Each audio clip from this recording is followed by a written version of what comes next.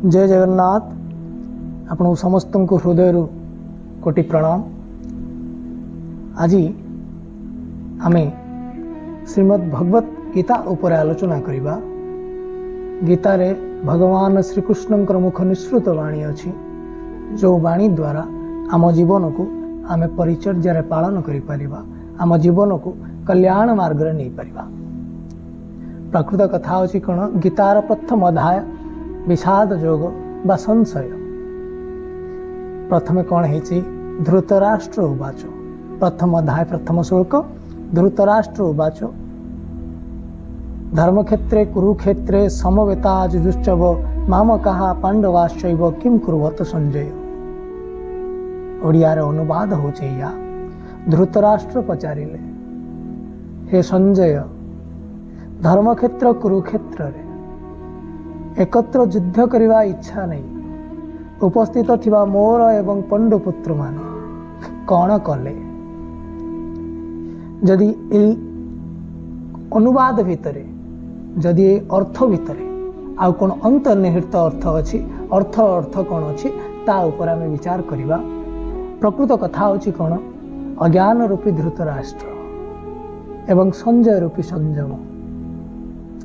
अज्ञान रूपी धृतराष्ट्र एवं संयम रूपी संजय प्रकृत रे अज्ञान मनर अंतराल रही है। अज्ञान द्वारा आवृत मन होचंती धृतराष्ट्र, कारण से जन्मरु अंध, किसी जानती, किसी देखी ना, किसी जानी ना। किंतु संयम रूपी संजय माध्यम से देखु थांती एवं शुणु थांती। से जानी था जे परमात्मा ही सत्य, किंतु जो परमात्मा, किंतु जो पर्यंत यहाँ उत्पन्न मोहरूपी दुर्योधन जीवित अच्छी, यहाँ दृष्टि सदैव कौरव मान ऊपर ही रही था, अर्थात विकार मान ऊपर ही रही था। प्रकृत रे शरीर एक क्षेत्र अटे। सेतेबेले हृदय देश दैवी संपदर वृद्धि घटे, सेतेबेले ए शरीर धर्मक्षेत्र हो जाए। जदि एथिरे आसुरी संपत्ति बढ़ी जाए, विकार मन बढ़ी जाए, तेबे हा कुरुक्षेत्र ही जाए। कुरु शब्दर अर्थ होची आज्ञा कौन? कुरु शब्दर अर्थ होची कर। प्रकृत रे एई शब्दर अर्थ होची आदेशात्मक। श्रीकृष्ण कहउचंती प्रकृतिर उत्पन्न तीन गुण द्वारा परवश होई मनुष्य कर्म करिथा। से क्षण मात्र कर्म न करी रही पारे ना। गुण ताहा द्वारा अवश्य कर्म मान कराई निए। सोईगले मध्य कर्म बंद हुए ना। निद्रा मध्य सुस्थ शरीर पाई आवश्यक भोजन होता है। तीन गुण मनुष्य को देवता ठारू कीट पतंग पर्यंत विभिन्न जोनि रे भ्रमण कराए।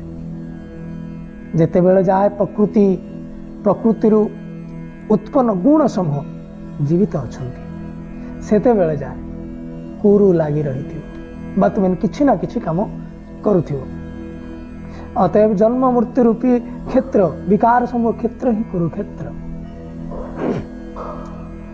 परम धर्म परमात्मा रे प्रवेश कराउथिबा पुण्यमय प्रवृत्ति अर्थात पांडव मानक क्षेत्र ही धर्म क्षेत्र अटे।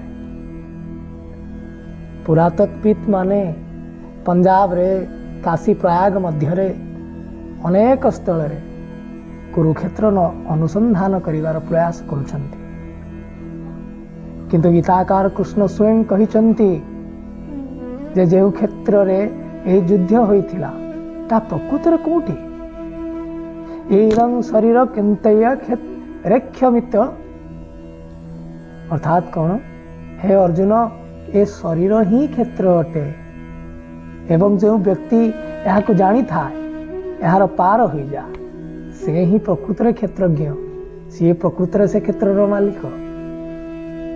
आग को से क्षेत्र विस्तार पूर्वक वर्णना करिसंती, जोथिरे 10 इंद्रिय, मन, बुद्धि, अहंकार, 5 विकार एवं 3 गुण